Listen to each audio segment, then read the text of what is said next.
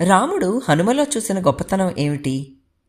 హనుమ జయంతి సందర్భంగా జిజ్ఞాసా మిత్రులందరికీ శుభాకాంక్షలు. హనుమంతుల వారి గురించి మనకు చాలా తెలుసు. కిష్కింధకాండ నుండి యుద్ధకాండ వరకు ఆయన చేసిన పనులు అన్నీ అద్భుతమే. కానీ ఒక విషయం తెలుసా? రాములవారు స్వయంగా హనుమని మొదటిసారి కలిసిన వెంటనే ఒక్క కాన్వర్జేషన్ తర్వాతే అక్కడికక్కడే ఆయనకి సర్టిఫికేట్ ఇచ్చేశారు. సీతాన్వేషణకు, రావణ సంహారానికి ఇతనే సరైన వాడని కన్ఫర్మ్ చేసేసుకున్నారు.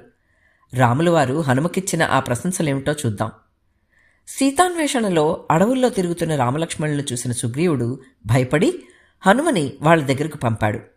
హనుమ సన్యాసి వేషంలో వెళ్లి వారితో మాట్లాడారు. తాను సుగ్రీవుని దూతని అని పరిచయం చేసుకున్నారు. హనుమ మాట్లాడిన ప్రతి మాటను, పలికిన తీరును సునిశ్చితంగా పరిశీలించిన రాములవారికి ఆయన గురించి బాగా అర్థమైపోయింది. ఈయన ఎలాంటివాడో, ఈయనతో పరిచయం ఎందుకు మంచిదో లక్ష్మణుడికి ఇలా చెప్పారు. లక్ష్మణ, ఈయన మాట్లాడిన తీరు చూశావా?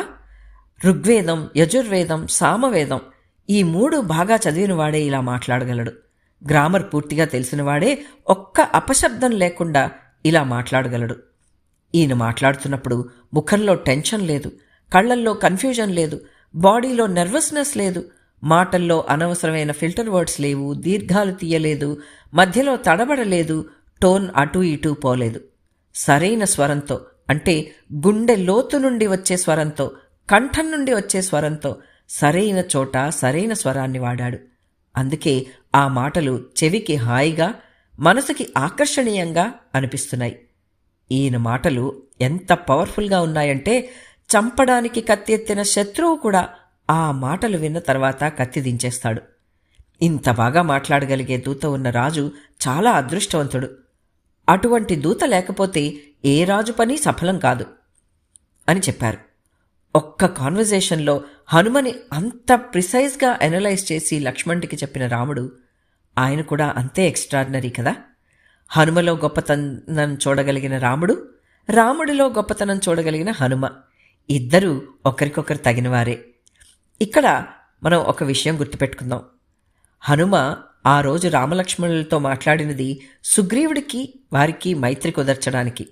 ఆ ఒక్క కాన్వర్జేషన్తో రాముడి మనసుని గెలిచాడు హనుమ. ఎందుకంటే సరైన మాటలు సరైన టోన్లో సరైన సమయంలో చెప్పారు కాబట్టి. మనం కూడా ఇలా మాట్లాడడం నేర్చుకుంటే, అనవసరమైన మాటలు తగ్గించి స్వరం నిదానంగా ఉంచి మనసులో మాట స్పష్టంగా చెప్పగలిగితే విజయానికి 5 అడుగులు దగ్గరవుతాం. అది హనుమ మనకు నేర్పిన అసలైన పాఠం. హనుమ జయంతి శుభాకాంక్షలు అందరికీ మరొక్కసారి. జై శ్రీరామ్.